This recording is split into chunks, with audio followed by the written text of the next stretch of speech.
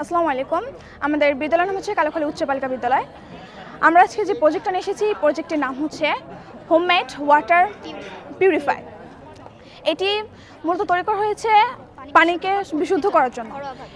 ঘরোয়াভাবে এটা আমরা যদি সহজেই এটা করতে পারি, পানি কীভাবে বিশুদ্ধ করতে পারি সেটা জানার জন্য এটাকে তৈরি করতে মূলত লাগছে একটা প্লাস্টিক ড্রাম, একটা হচ্ছে ট্যাপ, আর কিছু উপাদান লেগেছে। সেগুলো হচ্ছে প্রাকৃতিক উপাদান, যেমন হচ্ছে লাগাম বালি আছে, কয়লা আছে, তোলা আছে, তারপর হচ্ছে একটা জালি আছে এবং ক্ষুদ্র কিছু পাথর আছে।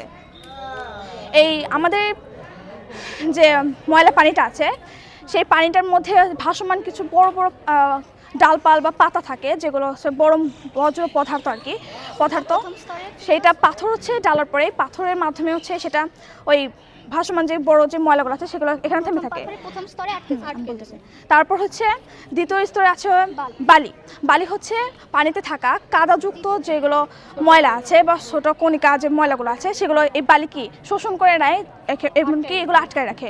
তারপর আছে কয়লা হচ্ছে এই প্রজেক্টের প্রধান উপাদান, যার মাধ্যমে হচ্ছে রাসায়নিক একটা বিক্রিয়ার মাধ্যমে পানির সাথে রাসায়নিক বিক্রিয়ার মাধ্যমে পানিতে থাকা যেগুলো হচ্ছে ব্যাকটেরিয়া আছে, বজ্র পদার্থ আছে, আয়রন আছে, এগুলো কি এই কয়লাগুলো শুষে নেয় এবং পানিগুলো তারপরে লেভেলে চলে যায়। যেমন তোলা, লাস্ট যে প্রসেসর বা লাস্ট যে স্তরগুলো আছে সেটা হচ্ছে তোলা হচ্ছে পানিতে যদি আয়রন থেকে থাকে বা ওই স্তর থেকে যে আয়রন চলে আসে বা আয়রন থাকে বা অতি ক্ষুদ্র কণা যে নোংরাগুলো আছে সেগুলো এই তোলার মাধ্যমে আটকে যাবে এবং পরবর্তী একদম লাস্ট যে ধাপ, এখন আমরা গ্যাপ রাখছি, এই গ্যাপে হচ্ছে সেই ফ্রেশ পানিটা জমা থাকে এবং এই ট্যাপের মাধ্যমে সেই আমরা পানিটা সংগ্রহ করতে পারি।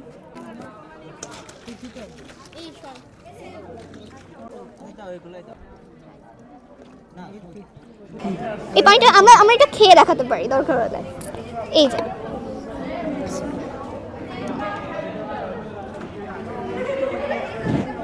আপনি এর মধ্যে কোনো বালুর কণা নেই, নিচে যেগুলো আছে এগুলো হচ্ছে এমনি বালুর কণা। এই যে কোনো দুর্গন্ধও নেই, একদম ফ্রেশ ওয়াটার।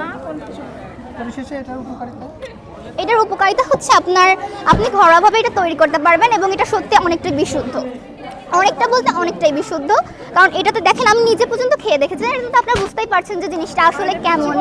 উপকারিতা, বিশুদ্ধ পানির প্রয়োজনে আপনি এটা ব্যবহার করতে পারেন। বন্যা জলোচ্ছ্বাস যেখানে বাংলাদেশের মতো আরও যে দরিদ্র দেশগুলো আছে সেখানে আপনি এটা একদম অর্থনৈতিক কোনো খরচ ছাড়াই এটা বানাতে পারবেন। কোনো অর্থনৈতিকভাবে আপনার কোনো প্রয়োজনই পড়ছে না। যেখানে আপনার বন্যার সাপ্লাইয়ের অনেক অনেক সাহায্য আসতে দেন, ঘন্টার পর ঘন্টা সময় লেগে যায়, সেখানে আপনি নিজস্ব এটা তৈরি করতে পারবেন।